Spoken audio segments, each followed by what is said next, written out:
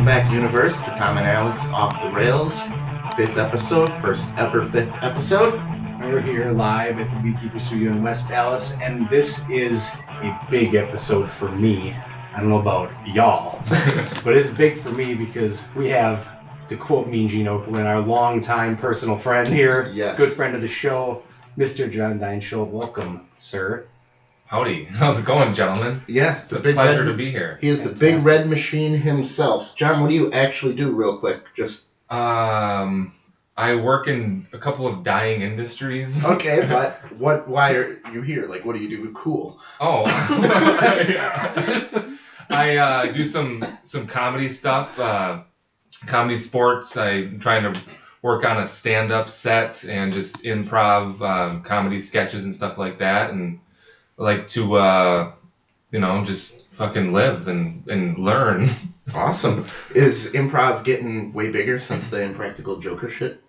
Yeah, I mean, with Milwaukee in this region has actually always kind of had a decent scene on that, but yeah, I enjoy watching those guys, and it helps spread the word, I guess, get people involved. But there's a couple different places in Milwaukee that have like a good improv community, so it's always kind of been around. Comedy Sportz is going strong. You're pretty for a while. much an improv guy with the whole show. I don't tell you anything. Right, I got no plans. I just go. This is just a thing. And he doesn't even know he has to go again this week because we are checking back in with our senior child molestation experts. Such a fantastic title. And we are going to guess what, Pops? You know what? This show should just be called Tom and Alex Talk About Pedophiles. Until these pedophiles get rounded up and served. Yeah. All right. Tell us about Kevin Spacey. Have you followed that? I have followed that, and I guess I would say this. I'm not surprised just because of his hair. He does have that look like giveaway. I know that guy has gone nuts to butts once or twice. But I'll say this. Especially when he has the glasses on. Yeah. And I'll try not to go completely on a rant here, but all right. I always thought that Kevin Spacey was a great actor. Okay. But that doesn't excuse you from anything. It's the same way I feel about NFL players. Oh, well, he's good at his job. Well, that's fine. But just because you're good at a job, you don't get to keep doing it because you're a fucking piece of shit. Yeah. So. Yeah, they didn't even take Ray Rice back when he reset his wife in the elevator. Right. So, a lot of, when you take a job in an industry where public opinion is important and vital to your success. It's the only thing that matters. Exactly. You need to be removed because you failed the public. He came out now, he tried to bury it because he said, well, I have sex with men and women, but now I'm just going to have sex with men. So everybody was like, he was trying to sweep the other shit. Like, wait a minute, you had sex with like really young men. And he said he didn't recall it. It might have been drunken behavior. Drunken behavior, yep. That works in court. Yeah. I may have been drunk. I don't know. Yeah, I killed my wife when I was fucking hammered. Have you ever been to Wisconsin, sir? We're all functioning drunk. Yeah. So, I mean, there's no excuse for it. And the fact that there's so many people in the industry besides, just Kevin Spacey and Weinstein and all that stuff, the fact that there's so many people, too, that know this has happened and stood by and done nothing just because every week we're going to have to talk about one now, it seems like. Yeah. It's like... fucked up. There's definitely a black spot in Hollywood that's not even bad. It's like beyond deplorable. Yeah. Well, he's losing his House of Cards shit. Yep. Other studios that he consults for are running from him. Don't worry though, he's taking treatment. Yeah, seeking treatment for what exactly? If you don't remember. For being a rapist? Yeah. Well, I was kind of drunk. I don't remember 30 years ago raping a 14-year-old boy, but I'll go to treatment for something I don't even remember. And is that an actual class? Like young child rape treatment? I just they have a facility for that somewhere? Yeah, I would say they probably do in California. Bible camp. Yeah, Bible camp, that's where you gotta go. But yeah, he's pretty much done for, and his reputation and everything he's achieved is pretty much gonna be one of those asterisk things like Barry Bonds for sports. It's gonna be weird watching like his good movies like American Beauty Fantastic movie. actually being a child rapist. He wasn't even acting. Yeah, isn't that same? I thought about the same thing the other day. I was like, thought he did such a great job in American Beauty, and I'm like, was he just himself? Yeah, he didn't even know the cameras were on. He laughs all the way to Those the were bank. hidden cameras in his own house. Yeah, he laughs all the way to the bank by going, they're paying me to act. I'm not even acting, fucking dumbasses. Yeah. Yeah, he's ripping them off. All right, well, actually, we got another topic here. It's an email from one of our listeners. And since we released, we now have an email. So we're talking about Universe. All right, and this one, I think everybody's going to have some opinions on. This is from a lady whose son is in Scouts, and she got a letter from Scouts on November 3rd, and this is kind of what the letter says. I'll kind of highlight it, not read the whole thing, but Dear Scouting family, we have some important news to share. The Boy Scouts of America National Board of Directors unanimously approved, man, I suck at reading, unanimously approved welcoming girls into Cub Scouts starting in 2018. Okay. There you go. I guess my first question is, can boys join Girl Scouts and Brownies? No. They should be able to. Well, then fuck that. Yeah. That's how I feel about it. Well, they were like equal opportunity across the board then. Do they just want to be in the news more? Because they were in the news for about 4 years. Well, we'll let gays be in. Now, no, we won't. Well, you can be gay, but you can't be a leader. Now you can be a leader. Oh, now you can be a girl.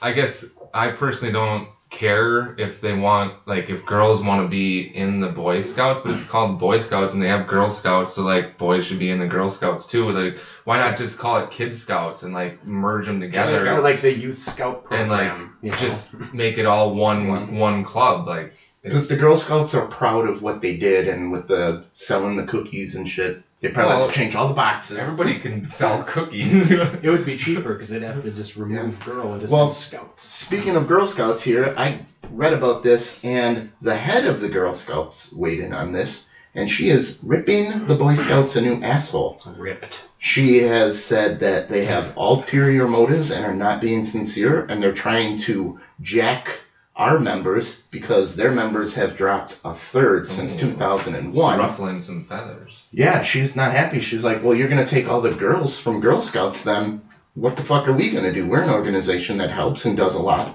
Well, I guess if the Girl Scouts numbers aren't dropping, though, she shouldn't be that concerned, I would hope. Because why would you want to go to a losing side then, you know? Well, I think they are going to drop. Well, and why does she want to stop girls from, like, whatever, Well, they're only cherry-picking girls from the Girl Scouts. She can't get to cherry-pick boys. If they're trying to get, like, their numbers up and shit, like, who joins...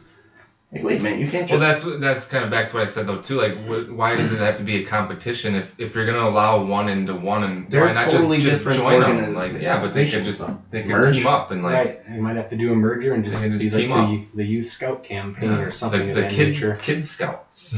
So that's... I don't know, it's weird, though. It is. I don't know, I think it's just getting a little nuts and we gotta just... Why do women always gotta fuck in on what men do? Anytime, hey, you guys playing cards? I wanna play cards. No, you're gonna fucking talk the whole time and we're not gonna actually play goddamn cards. Get out of here. It's a guy's night. Hey, you guys playing Scouts? I wanna play Scouts. No, you're gonna fucking talk the whole time and we're not gonna be able to let it fire. Trying to start a fire and set up a tent. Yeah. Oh, god damn it, yeah. But this actually wasn't the girls trying to move in on the Boy Scouts. This was the Boy Scouts saying, hey, come on in. Don't to the well, I guess shirt. Good for them for being inclusive, but again, it seems unnecessary to me. I don't know. Not that I'm against it. Yeah, they are a private organization. They can do what they want, but it does. You can still say, well, that's fucking stupid, dude. You have Boy Scouts and Girl Scouts. And like when we were in high school, girls got to join the football team, the men's wrestling team, the boys everything, and we didn't get to join girls. Yeah, why didn't I get to go on the girls volleyball team? Because you would have broken a face. I would have just been driving, blocking girls into the gym floor. It's only a game, fucker. Every play would have been. They didn't want to clean up the blood. Yeah. Well, do you want to win a state title or not? I guess. I'm your guy. And they didn't have a guys volleyball team, so we weren't. And we tried to lobby for that too, and we were shot down. So. All right. Well, let's move on to our local events, and I got kind of like a local event here, but I'm just going to go with the fuck you, do this local event. Guns N' Roses is coming on Tuesday. Go there, get a scalp ticket. I will be there. I bought cheap seats. Where are they playing? Bradley Center on Tuesday night. I bought cheap seats just in the back because I was always kind of in the middle as a Guns N' Roses fan, but I feel it's an event that I absolutely have to be at. Yes. That's just what my body tells me. Well, even as a kid, Guns N' Roses holds a special place in my rock and roll heart because my sister was 10 years older and I was a little boy with a crush on all the girls, but I remember... 80s girls. Specifically 80s girls. I would kiss their butts. That was my move. I learned that from Kevin Spacey. At eye level. Yeah, it was right at eye level. And then one time a girl turned around and I was like, what the fuck? What is that? Life-changing. Anyway, they were playing Guns N' Roses, and the first time I heard Welcome to the Jungle, I was like, what the fuck is this? Wow. Is that the first time you got a boner? Maybe. Yeah. First time I got a boner, I was kissing a butt and listening to Guns N' Roses. Sounds like the American dream, dude. Yeah. Can't go wrong with that. Is Slash going to be there? Yep. It is not the original lineup, but I mean, damn near. Is that because one of them's dead, right? Isn't the drummer guy or whatever? Yeah, it's a different drummer, and then they have, I believe, Gilby Clarke is playing the other guitar. He was with Guns N' Roses towards the end when they broke up initially. So you are going? I am going. Yep. I'm going. I'm taking a vacation day that day from work. I will be there. Are you taking a vacation day for the next day so you can really let loose? Nope. Oh. I don't. He doesn't need it. Yeah, don't need it. There's not enough booze in the Bradley Center to get him drunk. So why the hell would he have to worry about it? Yeah. Now, what's the state of Axl Rose these days? Is he like coherent and like he is like, good at doing shit like he used to be back in the 80s and 90s, or is he this gonna be like mid 2000s like shit faced Axl Rose? That's a fantastic. It's a total question. dick Axl Rose too. Yeah. It's a fantastic question because when Guns N' Roses played Soldier Field last year, somebody recorded it, and I was all skeptical from the beginning because like when Brian Johnson went down from AC/DC and he stepped in, I was like, you can't fucking sing for AC/DC, you fucking prick. That was like my whole thing. And then I'm like, oh, GNR's back together. I'm like, this ought to be fun. So I go and listen to the Soldier Field show thinking it's going to be the shit show. Be the shit show Axl Rose with the good band. And quitting and walking off. And I play the show and I just stop and I go, God damn it, they're awesome again. What did he do? Maybe he sobered up and got older and just calmed down. Worked on his voice and everything, and they sounded fantastic. And I'm like, fuck, now if they come, I have to go.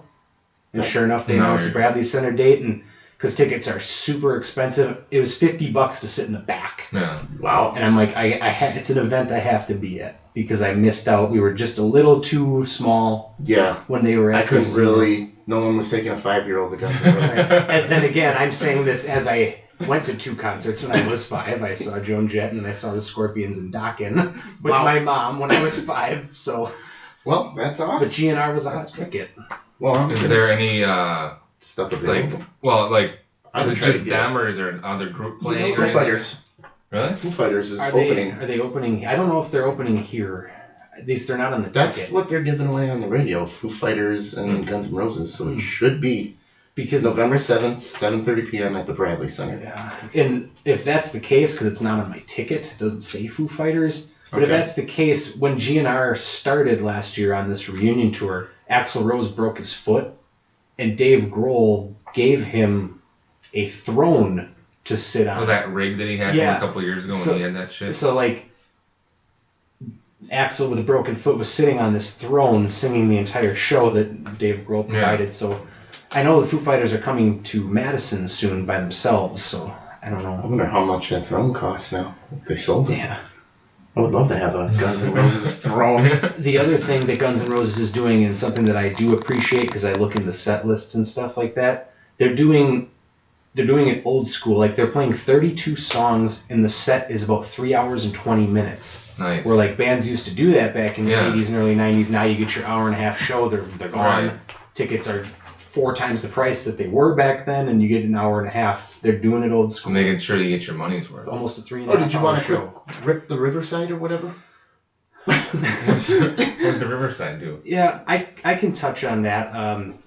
We don't just promote everything. We will knock you down back here. Concert tickets. Judas Priest is my favorite band. A lot of people know that. Mm-hmm. And now new listeners, now you know that. Judas Priest just announced a world tour, and they're coming in April, the week before my birthday. 2 shows in Wisconsin, 1 in Illinois. And I went to buy tickets because I am a pre-sale member for the Riverside Pabst organization and for the Resch Center in Green Bay. So I got this offer for pre-sale tickets, and I'm like, fantastic, 2 days before they go on sale to the general public. So I sign in to the exact second that it opens. I'm trying to get a seat up front because I got to see Priest close. They're my band, you know? Yeah. Mm. I couldn't get any paired seats within like the first 15 rows, and they were unavailable to buy. They weren't for sale. So I'm like, well, that's stupid. And then I waited till the general public sale started.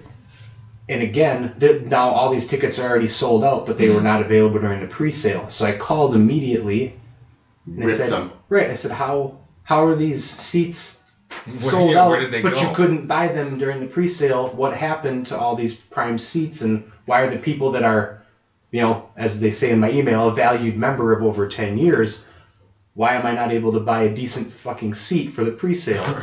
Oh, well, you know, they basically more or less said that they let these third-party ticket companies buy them in quantity so they get their money, and then we as fans have to pay $300-400. Yeah, you just go on StubHub and cut off your arm to buy a ticket. Because I was looking, the first 20 rows at the Riverside, people are selling those tickets that I couldn't buy for $400 a piece. They're $92 face value. And that's the only place around here, you know, that has been doing that. Yes, so because that's why we're ripping the Riverside a little specifically. bit. Sorry, John, you're not going to get a comedy special at the Riverside anytime soon. Because I will say that at the Resch Center, but maybe it'll change something. As a Ticket Star member, because they don't let Ticketmaster, they're not involved in anything. What's at the Resch is Center. that Madison? That's Green Bay. Oh. They said pre-sale 24 hours before. I signed on instantly. I bought a second row seat right on the aisle with no issue. Yeah. Instantly. And the same thing for Illinois. I'm seeing them in the first row in Illinois. It was like $117. Ugh. And I had no issue, but the Pabst group just, boom. Like all these tickets are now, like you said, on StubHub and e-tickets, $400 a pop. I had the same problem with Megadeth when they came and we wanted to go see it with you guys. Yeah, it's fucked. Well, Riverside, get your shit together. We're not happy. We'll give you another chance, but now it's time to move on to our interview with our special guest, Dinah. Welcome, Jonathan Dhein-Schuldt. Do you have an early carpal tunnel for having to write that in? Yeah, that really got to thank my parents for that one. In school, I didn't learn how to write my name until I was in junior year of high school. Yeah. Finally got it down. Awesome. Well, the merger. Tell us a little bit about what you do and where are you from and what's. Well, you did a little bit, but yeah, I live in Jackson. You know, I didn't say where you live. I do a lot of stuff, but I also don't do a lot of stuff. I like to do comedy, sports, improv, stuff like that. I enjoy going to concerts. I like to fucking run. I'm a big runner. My back's been fucked up recently, so that sucks, but it's getting better. Well, what about this Comedy Sportz? Tell us about that. Well, I take classes. It's improv acting, so just like making stuff up on the spot, doing like characters and impersonations and just playing like games and just having fun with different people. And I got into it because I had like problems with like anxiety and like all that shit. So dude, way to fucking kill my next question. Read my next question. What got you into this? Yeah. Okay. There you go. Segue. You're also a psychic on the side. Keep rolling. Yeah. Yeah. So it's something that I've always like wanted to be like. I fucking loved watching Saturday Night Live as a kid and like Chris Farley and I just never did anything with it. And finally I was like, well, I'm getting older and I'm gonna fucking try it. And I started like in January and now it's almost been a year. I go once a week and do these classes, and I feel like I do decent at it. I mean, I don't think I'm like gonna be the next fucking No, you are. Stephen Colbert or like You better. That'll help Steve our show Carell ratings, or whatever. dude. But you better go get famous. It's a dream, something that if I don't try it now, when I'm like 70, then I'll be like, fuck, why didn't I do that? So yeah, it's just it's fun, it's challenging, and it's rewarding. That's cool. Yeah. You said you were doing stand-up too? Well, I haven't done any actual like sets yet. I mean, I know I've talked to people that I've met through Comedy Sportz that do it. That are different like open mic places and things. Where's the open mic place around here? I think one of them is called the Up and Under. Yep. And then there's actually Comedy Sportz has like 2 different arenas, and they recently started hosting like a stand-up thing. It's a comedy club on State still. Yeah, but I have like things that I'm working on, like that I've written out and trying to, because I don't want to just show up and like look like an asshole. Like you gotta like have it like memorized and like worded right, and so I'm still like in the formulating of it phase. I haven't done a set yet. Do you like partially memorize it so it's kind of a little different each time, just as how you feel? Can. I mean, there's stuff I've done like kind of like research on it. I've watched different like documentaries about stand-ups, and everybody has their own style, but a lot of them say that like you really got to have it like down, like word for word, like know exactly what you're gonna say, because if you get up there and then you start fumbling your words, then you're gonna get heckled, and then you're just gonna lose your train of thought, and it's gonna like. So you want to have like as much as you can. You want to have it like exactly what you're gonna say. But again, that's not everybody. Some people some stand-up guys just go up and just start talking about shit and then feed off the audience and like go from there. So there's different styles to it. I personally, because I have so much anxiety and all this like, not necessarily fear, but just reluctance to talk in front of people, I want to have it like down before I try it. I did stand up for a little while when I was in Madison, and my approach to it was, like you said, you really learn your material, but then kind of shorten it up to just the keynotes so that you trigger it in your head, and you can't fumble your words around. But also, for me, for me to connect with the crowd, it was about your body language too, and just having that delivery, that timing, like how you just, when you say a joke, to like slump your body a certain way or just have a certain gesture so that you know that they're locked in, and then that timing and the delivery is so important than just reading a joke. Yeah, because you don't want to, at the same time, like having it memorized and whatever, you don't want to stand up there and look like a robot and like you have to have like a personality to it. 3000. I am telling a joke now, and this is when you should laugh. Because like people can just create their own robots if they want to do that. But I don't know. It's I'm still in the planning phases, but once I get my and you start out with doing like a 5-minute set, which you think like that doesn't sound like a lot of time, but that's a lot of time when you're up there in front of people. Because you're nervous and now talking faster. Yes, you are. So once I get something down and I go and do it, or I'm gonna do it, I'll let you guys know, and we'll definitely once you get the balls too. My first set was 3 minutes, and I was like, I can fill 3 minutes like nobody's business. I had pages written out with my ex-wife. We went over material. We practiced. Then it's like you get up there. I already forgot my introduction completely as soon as the lights hit me, because the lights are hot. At least for me, they were hot. Oh, yeah. So I'm like, dude, this regular light bulb is hot for you. So like, I just I forgot my intro the first time already, right off the bat. Yeah, it's a good start. So to not have that dead air time, there was a stool on stage, and instead of just stand there all stout like everybody else, I pulled the stool to me and I just kind of slumped in it like this. I'm like, how's it going? And I knew that I had them back after that little delay. So it's like, that's why I say like body language and timing the delivery is really important. But so how are you going to deal with the fear of bombing or something? Just going to look in the crowd. Well, a lot of it is just like perseverance. Like, you just have to take an ass whooping. Yeah, that's another thing that I've read a lot about is like, you're gonna bomb, you're gonna suck at times, but it's how much you can bounce back from that and use it. Get somebody to start that career then. Right, and like, use that as like motivation to try to get better. Like, you just have to like, not be afraid of it and be willing to fail, and then like build on that. Like, know what you did that didn't work, and then don't do that again. And then just do other shit. And well, it's a lot easier than other jobs where it's like, if you're an electrician, it's like, am I going to get electrocuted? Oh, you're getting electrocuted. Well, then why do I want to be an electrician? Oh, but eventually you'll learn how to not get electrocuted, and then it'll be fine. If you don't die before that. Yeah, once or twice you'll be electrocuted, and you'll really start paying attention to shit. Yeah, I shorted this building and dropped the whole thing. I'm sorry. Yeah. I'll learn to wire better eventually. Yeah, I'll get there. Yeah. So the difference between stand-up and improv is what goes on an improv show. Well,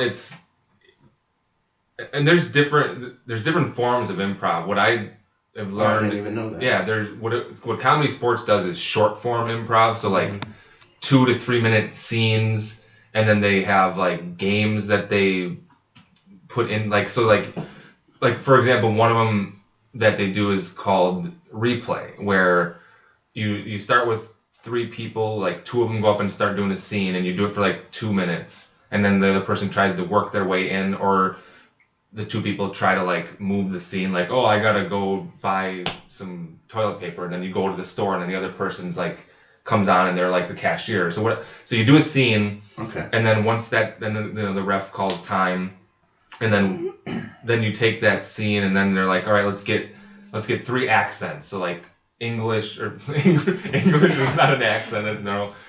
British. Sorry, I interrupted John because I have a friend that I said, I can't talk right now, I'm doing a podcast, and then she's called 27 So you get like Australian, Japanese, and French. So then each person has to you do the same scene over with an accent. Then the next time you do it, like, you get 3 different celebrity voices. Like, you know, Donald Trump is a popular one right now, Christopher Walken, or, you know, people just call out, you get these suggestions from the audience, and then you do the scene where everybody is a different voice, and then you can do it too. Yeah, and then you can do it like where you get like high school cliques, like geeks, you know, and jocks and burnouts, and then each person has to play that personality. So that's like one game that we do.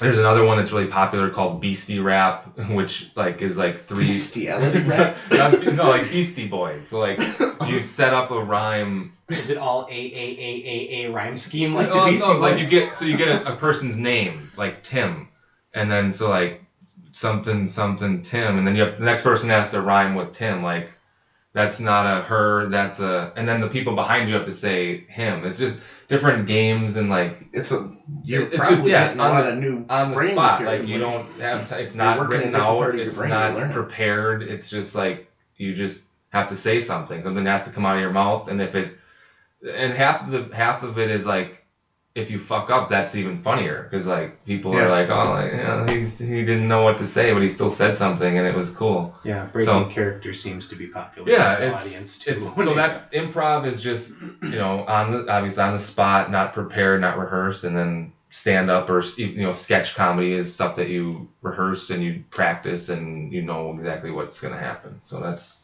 the big difference, but it's all trying to make people laugh. All right, so tell us about your next show, and Molly and I will be there if you guys want to come out. Yeah, so Comedy Sportz is where I do this, which it's down on 1st Street in Milwaukee, 420 South 1st Street. No, I think that's maybe a coincidence, but it is. That's where it is. So yeah, 420 South 1st Street. 420 1st Street sounds like what a stoner would tell a cop his address is just when he can't.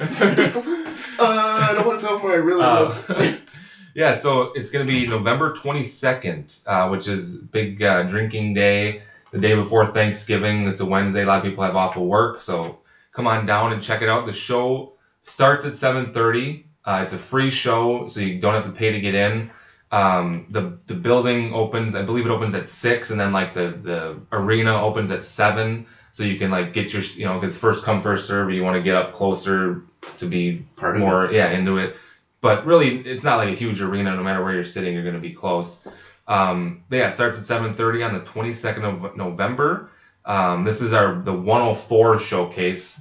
So like I said, I've been doing this since January. I had 101, 102, 103. Each session is 8 weeks, and then you do a show at the end. And this is actually my second 104, because like once you get to 104, you can like keep doing it, because the goal for me and for not everybody, like some people just do it to like help with their jobs or like whatever. The goal for me is to try to eventually get into the minor leagues, get in the Comedy Sportz roster of players, what they call them. Okay. And so like you can keep doing 104 and trying to get, because the education board of Comedy Sportz, all the teachers and people that are like longtime players, they come and watch the show. So they look and see like who they don't like, and then they from the 104 they invite people to join the minor leagues, and then from there you can do. So there's scouts at every show. Yeah. Then from there you can, like, once you're in the minor leagues, you still go once a week to practice, and then eventually then they might call you up like, Joe Blow fucking he's sick this weekend. Can you come and do a show? You know, can you show up Saturday night and do an actual show? And then from there, once you do an actual show, then you get more actual shows, and then eventually you get your picture on the wall and you're a player. So that's my goal. That's what I'm doing. November 22nd, come on down, 7 o'clock. Show starts at 7:30. Again, it's free to get into the show, and they also have a bar, so you can get shit-faced. You don't have to go to work the next day. That's perfect. There's food. You can, if you drink too much, you can Old fashions are that Wednesday before Thanksgiving. They should have specials. That's what my next show is. If you want to check out the website, cszmke.com, you can look at classes. And we should have that link to our page right now. Yeah, Yep. So you can look at, they do classes, they do they do parties, like you can hire a Comedy Sportz team to come out to your Christmas party or your bar mitzvah or your whatever, like your grandma's funeral, if you want to have somebody there. At my grandma's funeral. So now that we got that, everything plugged away, since you've been doing this, I've seen 4 of your shows, and I grade everybody myself, kind of, when I'm there. Obviously, I have no authority whatsoever, but I feel that you are definitely strong amongst your group. And appreciate that. What has been the most rewarding experience doing this for you? Well, it's always nice to get compliments like that, no matter who they're from. I mean, and I get a lot of stuff from people that I know, family. Obviously, my mom's like, "Oh, you're the best." But so that's great. I mean, I love from people that I know telling me that I'm doing good. But what really gets you is when somebody that you don't even know, like after a show, they'll come to you like, "Dude, you were fucking awesome up there. Like, keep it up. You're hilarious." That builds your That's confidence. like, holy shit, That's like. good. Because that way they're not bullshitting, and not like I think you're bullshitting or that my mom is bullshitting, but like I gave them $20 to say that. when you get somebody that you don't know and that's the first time they've seen you and they tell you that you did something good and you made them laugh, that's what I'm doing it for. It's like exactly that you're making an impact. Yeah, with that I'm person. doing something right, and so it's that's what you live for. There you go. All right, are you guys ready for everybody's segment of the show? Everybody's segment. Everybody's It belongs favorite to everyone. segment. Everybody's segment. Everybody's segment. It Well, belongs we all to all of we all you. changed our names. Everybody can ask Alex anything, so it is everybody's segment. Yeah, I'm Probably fucking- more than it is your segment. Yeah, because I don't even know what's coming. I just stand there like a prop. All right, this is time for Ask Alex Anything, where you guys can write in at askalexanything414@gmail.com, and he will give you the correct answer. Oh, fuck. It is time for our first question. We actually got a lot of emails today. Nice. We need to get a screen, though. I'll quit this section if I don't get a screen to introduce it. Why don't you just scream? He's gonna scream. Fuck. Why? All right. First question. I wish these emails don't have the name. Like, curlyq1102 at hotmail.com. That sounds like a lie. Curly Q. What do you think is the best thing about being a guy? And what do you think girls think the best thing is about being a girl? I think the best part about being a guy is that it takes very little time for us to get ready. Because I know how difficult it can be. I haven't gotten ready in 3 years. I just get up and go. Right. It's like, if I have to shower and do my normal daily thing, 15 minutes, you want me to put a suit on? Make it 20. I'm ready to go. Yeah. And I know it's a lot bigger process. It's way harder to be a girl. It's way harder to be a woman. Well, she wants a man's opinion on what girls think about the best thing about being a girl. Well, I think right now, the best part about being a woman is... You can do everything guys do now. I mean, yeah. Hopefully, opportunity is coming your way equally. But let's be serious here for a minute. Okay.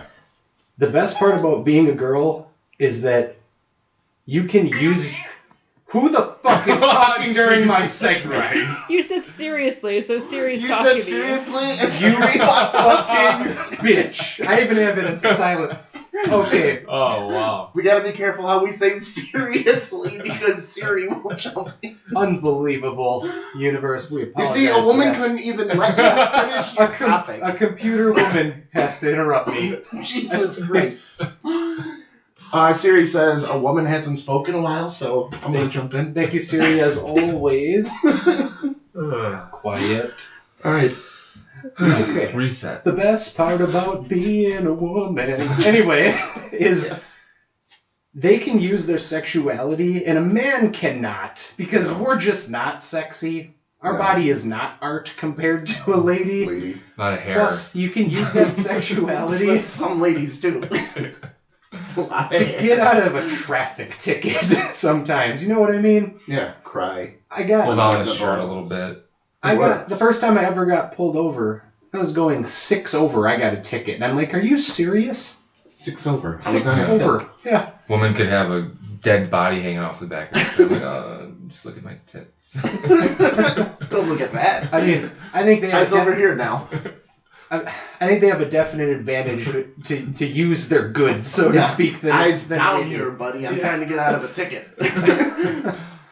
But yeah, it's way easier being a guy. It's way harder for ladies. That's all I'm going to say. And I understand that, and I empathize with you. Okay. Empathize? Empathize? Well, Molly, what do you Did I think say the best thing emphasize? about being a Yes, you chick? did. Whoops, sorry. Empathize. Close. Yeah. What do you like about being you? About being a girl? Putting her on the spot. I mean, Yeah, I teach it. Don't put me on the spot, man. And that's our segment for Molly Likes to today. not Yep. be put on the spot. And we'll talk I like to to not Molly be put again on for the 4 spot. seconds next week. Plus, Tune I in. don't really empathize There with we go. most women because I take 10 minutes to get ready in the morning. You get I'm not high maintenance. you get dressed up and fancy once a year. Yeah, maybe.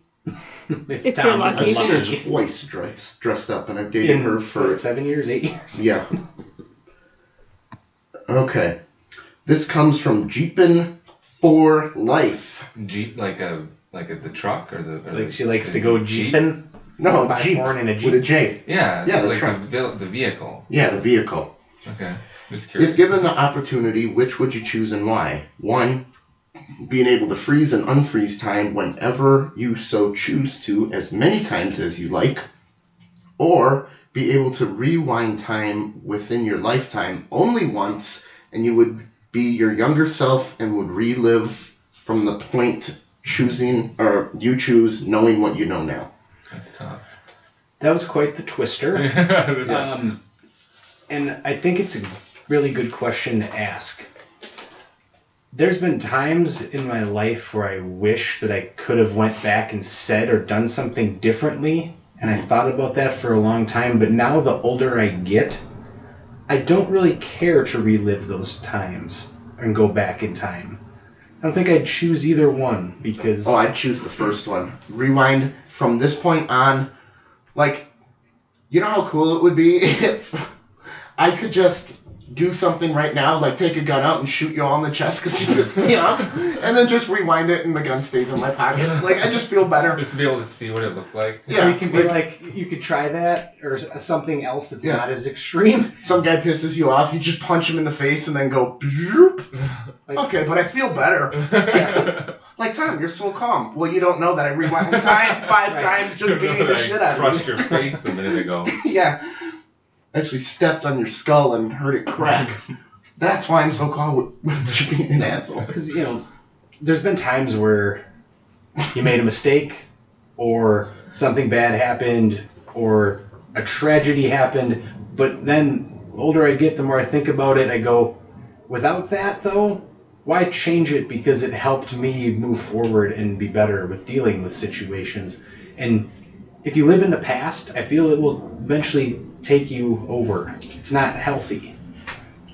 So I just keep moving forward. But Okay. it's a very interesting question. I like it. Thank you, Jim. Yeah, it's deep. Yeah. Deep by the Jeep. All right, we got one more, then we're going to move on. We'll save this one for another time. That'll be a backup one.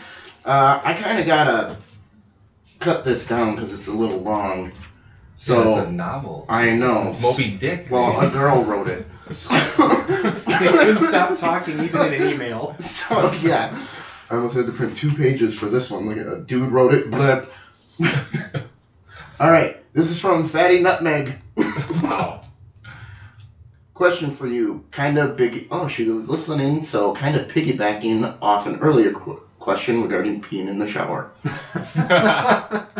My son pees in the bathtub all the time. Not when he's showering.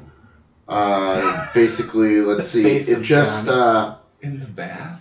Well, it makes him a bigger target, he says, because he doesn't always hit the toilet. And it's, long story short, even though that's like the top, long story short. And then she has a long story after the... Yeah. Okay. Made my bathroom smell like an old man peed himself. Well, a young man peed himself basically in the bath. Okay. Pee pretty much smells the same. She poured bleach all over the bathtub. Nope, you don't do that. We all know mixing ammonia with bleach is bad. Yep. Basically, we'll just skip. So did her son die? Is that the one? How do I hide my son? She wants to know, can you die? Well, she's got another thing about her son, but she wants to know first, can you die from mixing pee and bleach? I don't know if you can die, and I'm not looking this up, and I'm not a You scientist, should refer this to me. and I'm not a doctor. Well, let me handle it. Go ahead. Okay. Chemical burns?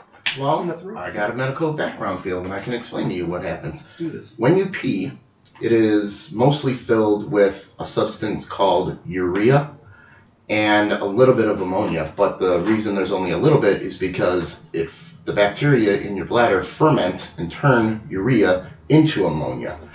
So regular pee does not have a lot of ammonia in there, and you're probably fine. If you let it sit in the toilet for a week and then come back and let the fermentation process happen and then pour bleach in it, you're actually creating chlorine gas, which is the first gas ever used in World War I. So you probably don't want to be standing there with your cooch hanging over it. It's not going to help you long term. Yeah, so just like every medical question, the answer is it depends. But if you're worried about your son peeing in the tub, how often do you guys shower that it's going to start smelling that? Don't you run soapy water down the drain? Right. Yeah. You would think so. Yeah. I would say a little bit of surface dry pee that stinks and bleach is not going to kill you or harm you. No. So then she wants, how do you make a boy set in his ways pee properly in a toilet? So it's exclusive to the tub? Is that what? He refuses to pee in the toilet? I mean, I don't know. Because he just doesn't hit the mark?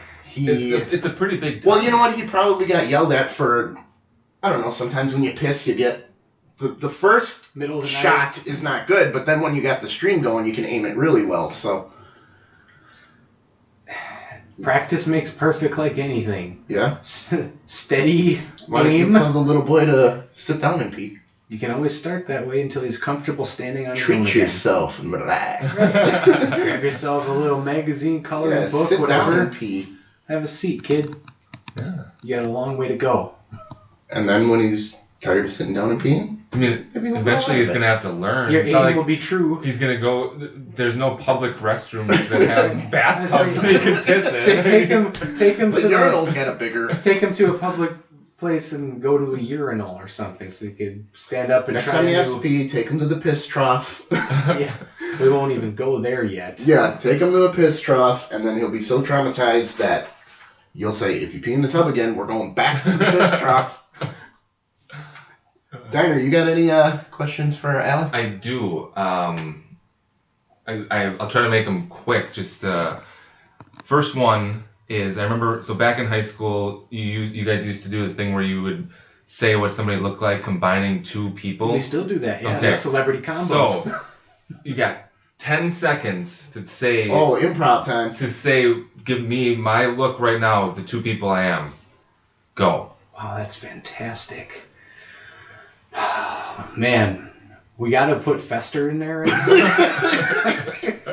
But Okay. I'm trying to think of a red bearded celebrity off the top of my head, and it's not coming to me. You gotta help me out with this. Guy from the World Series, who just jacked all the home runs. Okay. The guy from, Justin Turner Yeah. from the Dodgers. Mm-hmm. His beard's a little excessive compared to yours, but I mean, So Uncle Fester and Justin Turner. Okay. Yeah. Perfect. I like it. John Malkovich and Peg Bundy. There you go. Awesome. All right, the other one, and again, I don't want you to think about it too much, just like an instant reaction, and you don't, just give me like one reason why. But so of the, and you guys were talking, I know you're a big Star Wars guy, of the 8 Star Wars movies, which one's your favorite and why? Empire Strikes Back. There you go. And just the scenes, the introduction of new characters that come into that play a role down the line, like you get to see Vader drop the big secret on Luke. Mm-hmm. You get to The meet, ultimate twist. Yeah, you get to see a lot of side characters from the first one have a more prominent role. You get Lando introduced Lando being into a it. rat fuck. Yeah. And I don't know, something, you get the introduction to Yoda for the first time. Yeah, you know, that's cool. for people that are younger than us that might have started with episode 1, this was our first time to see Yoda was, Empire Strikes Back. And I don't know, to me and a lot of my friends and family, just for whatever reason, that start on Hoth and everything is just kind of iconic. The hanging upside down and with the ice thing, The and Wampa. grabbing the fucking lightsaber That's when with the Luke Force, started using the Force. Yep. and going inside of the fucking thing. Han Solo puts Go him in into there. a tauntaun. Yeah. Internal temperature, lukewarm. Nice. Good. Lukewarm. That's a good answer. All right, you got That's any all. more? Those are all the you two got? that I have. All right, yeah. well, it's about time to wrap it up again. So, John, you want to just quick go over your stuff? Yeah. So again, we're doing our showcase November 22nd at Comedy Sportz, 420 South First Street in Milwaukee. Show starts at 7:30. Doors open at 7. Well, actually, the doors to the place open at 6. Arena opens at 7. Got a really strong foot. The doors open anytime you want. Yeah, right. Free show, and then full bar and menu if you want to drink and eat and be merry. All right. Universe, thank you again for a very special episode 5, especially to Tom and myself. You can check us out on our website at tomanalexuniverse.com. We will have a link for Comedy Sportz so that you can check out everything that John talked about today. And a nice picture of John so you can see what we were comparing him to. Fantastic. Mm-hmm. You can get us on Twitter at Unipodcast or at Facebook at facebook.com/Unipodcast. And remember, you can see us, or listen to us rather, on iTunes, YouTube, SoundCloud, and any other podcast hosting sites. We want to hear from you. As always, we're very impressed now that we've went live with our broadcasts and been impressed with the turnout so far. So thank you guys, and keep sending us your criticisms, your hopes, your dreams, your questions. Hit the donate button on our website. We'll put it all back into the show because we do want to hear from you. And always remember that we are not good enough. Well, thank you guys for having me. It's been a pleasure. Thank you, John.